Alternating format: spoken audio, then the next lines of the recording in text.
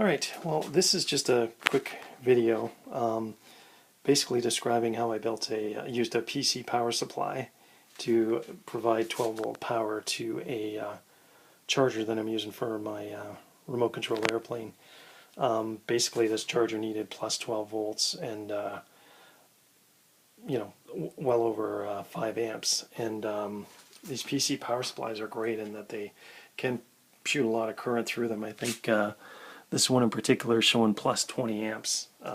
It can supply, this is a 400 watt power supply, so on the plus 12 rail it's saying it can put out 20 amps, which is more than enough to drive this charger that I have. So like most people, I just went to YouTube or Google and did a search on PC power supply to plus 12 volt or for LiPo charger, and found some documentation. What a lot of guys do is they crimp off the wires inside the power supply and then mount their charging spots here.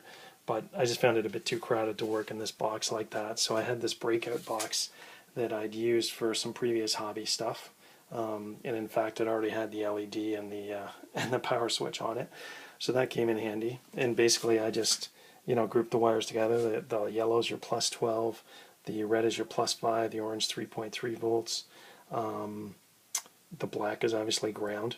I did take a separate plus 12 feed, plus 5 volt feed off the red wire, and I ran it over to this here, which is a hard drive cooler that I had sitting around.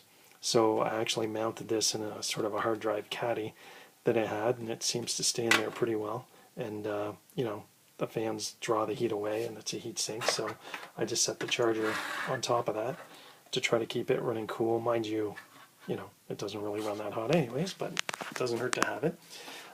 So in terms of this box, I'm just going to pop the lid here, and basically it's just the standard connections that everybody else has made. The yellow is your plus 12, so I grouped all those wires together. Now potentially you could be pushing a lot of current through here, so I grouped all the wires together and sort of crimped them onto a blade connector and attached it at the back here. Same thing with the ground. The black wires all come in here, and then the red wires, the plus 5, similarly they go through a blade connector and connect up to the front here. For the power switch, to get the supply working, because it's an ATX power supply, you do need to switch one of the wires to get it to come on and stay on. In my case it was the green wire, so green and black, you can either just splice them together, but I put them on a switch so I can control it. And to show that I have power, I have an LED mounted here, and I'm using the gray wire and the black wire with a 330 ohm resistor to show the power. Now, one other thing that they recommend you do is you take the plus 5 and ground, and you use a 10 ohm 10 watt resistor to create some load on the 5 volt line, which is supposed to sort of bump up the 12 volt line. So that's what I did there. It's 10 ohm 10 watt resistor. I put some thermal paste underneath it because this case happened to have an aluminum lid on it. I thought, well, it's a perfect heatsink. So that's what I did, is I fixed it right on there with a zip tie, and it works pretty well. And then obviously I connect up my plus 12 and my ground, run them through my AccuCell 6 charger here. So basically I just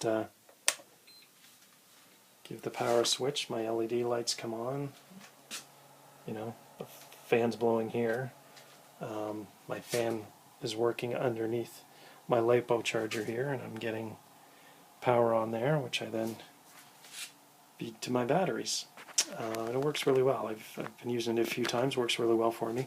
What I also did at the time as well was I knocked together this shelf. I had some spare ceramic tiles left, and with the potential fire and explosion potential with these LiPo batteries, I thought, what, it doesn't hurt to build a ceramic shelf to sit all this stuff on. So that's what I knocked together to hold all of this. Like I said, it works really well. It was dead cheap. I mean, this power supply was sitting around, so that wasn't a big deal, and I had this box together, so it was just a case of splicing everything together, buying a few connectors, and we were good to go. So, works great. Hopefully if this helps somebody out, it's even better. Take care.